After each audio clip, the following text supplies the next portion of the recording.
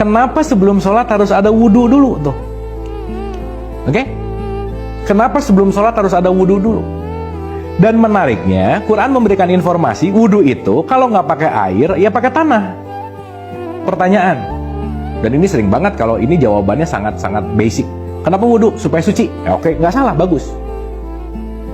Tapi mindsetnya masih banyak yang berpikir wudhu itu kaitannya sama membersihkan tangan, membersihkan mulut.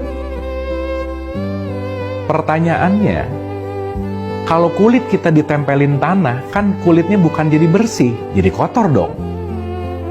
Sehingga kita mengerti bahwa konteks wudhu itu bukan berbicara pada fisik, tetapi pada jiwa. Maka wudhu itu berkaitan dengan apa? Dengan kesadaran kita. Maka yang dicek itu adalah sumber informasi masuk. Pendengaran saya dari subuh tadi ke zuhur dengar apa aja ya, saya ngelihat apa aja ya. Di situ titik di mana kita melakukan yang namanya tafakur. Di mana ketika kita berpikir buruk, energi negatifnya akan hadir. Di mana ketika kita mendengki, membenci, judgment, energi negatifnya dalam kontekstualnya akan semakin banyak. Di mana begitu bangun pagi, kita udah mulai mikir itu energi negatif udah mulai. Jadi kalau energi kita itu udah mulai banyak negatifnya, kita perlu membersihkan energi negatif dengan ketemu nature atau alam yang disebut air dan tanah. Maka begitu dibasuh, itu kita lagi membersihkan energi-energi negatif sebetulnya. Supaya sebelum terkoneksi dengan Allah, semua energi kita ini sudah dalam konteks positif semuanya. Maka karena energi itu bisa dalam tanda petik memengaruhi, kalau orang udah wudhu, semuanya udah positif, jangan kena lagi sama yang negatif. Nanti yang negatif bisa ikut lagi ke kita, gitu kira-kira. Maka dalam tradisi fikih dikatakan kalau senggolan itu bisa batal wudhunya dalam tanda petik. Intinya, supaya kita menjaga purifikasi energi sebetulnya. Itu poin pentingnya. Clear ya? Jadi wudhu esensinya bukan membersihkan fisik, enggak. Jadi kehusyuan itu nanti diawali dari wudhu sebetulnya.